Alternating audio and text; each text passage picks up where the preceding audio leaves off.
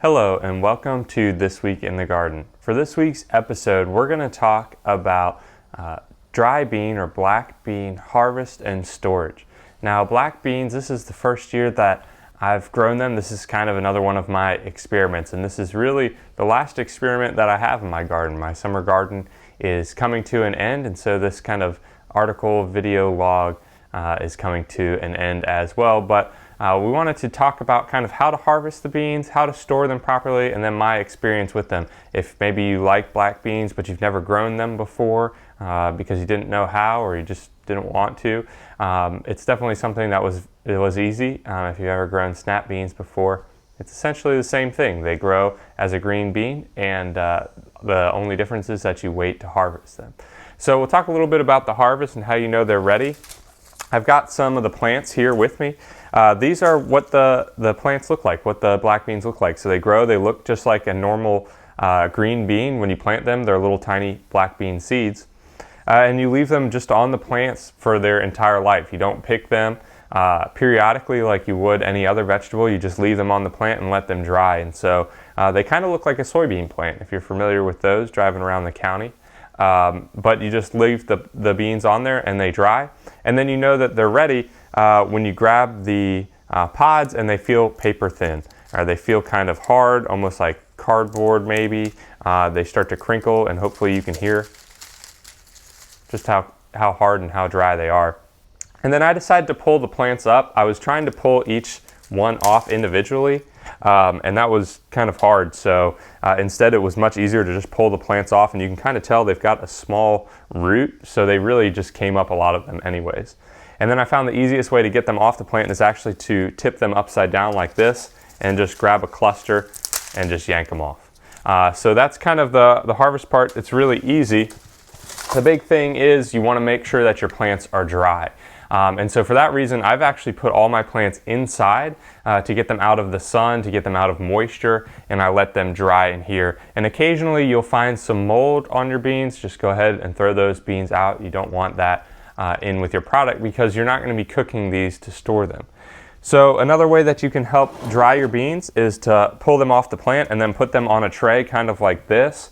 I've got a little grate here that we use to dry things like bacon and stuff like that for cooking.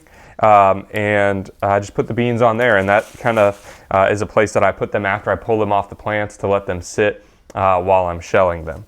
Now when you shell the beans themselves, they're really easy. Just grab a pod, you kind of just twist it a little bit, and then you open them up. And it's really easy. You can see the black beans inside of the pod, and a couple fell out in my hand.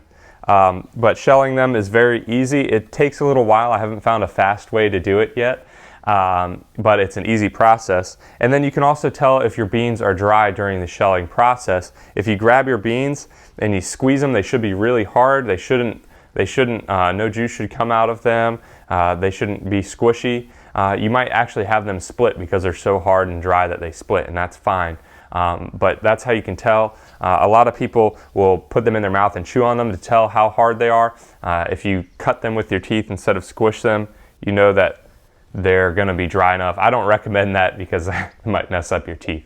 But so that's the shelling process. And then for storage, you can store them in a jar. And so these are some of the beans that I've done. I don't know how well you'll be able to see them on the camera here, but I'll get a close-up if you can't. But I just put them in a quart or a pint jar, really, whatever you've got. They recommend that you vacuum seal your jars. So you're not going to be water bath sealing them, nothing like that. You want to vacuum seal them. And the reason for that is you want to get the air out so they can store as long as possible. Now, if you don't vacuum seal them, they'll last for about a year. You won't notice them going bad or anything like that, but the oils in the beans will start to go bad, and so they won't rehydrate properly. Because when you go to cook with dried beans, you have to soak them to get them to rehydrate. Nobody eats them dry like that. So that's kind of the harvest storage for dry or black beans. They're really all fairly similar. I just had black beans this year. If you're interested in planting black beans, I definitely recommend it. They're very easy, just like green beans. You plant them in the ground, they do most of the work for you. You can eat them as green beans if you want, and then you can save a couple to be dry beans, or you can leave them all to be dry beans like I did.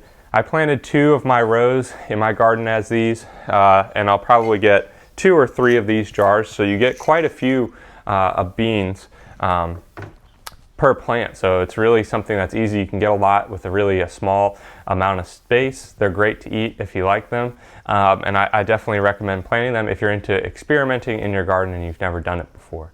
But that's all we have for this week's episode. I hope everybody stayed safe this week if you were in an area that was affected by the hurricane tropical storm. And I hope that you stay tuned for next week's episode from This Week in the Garden.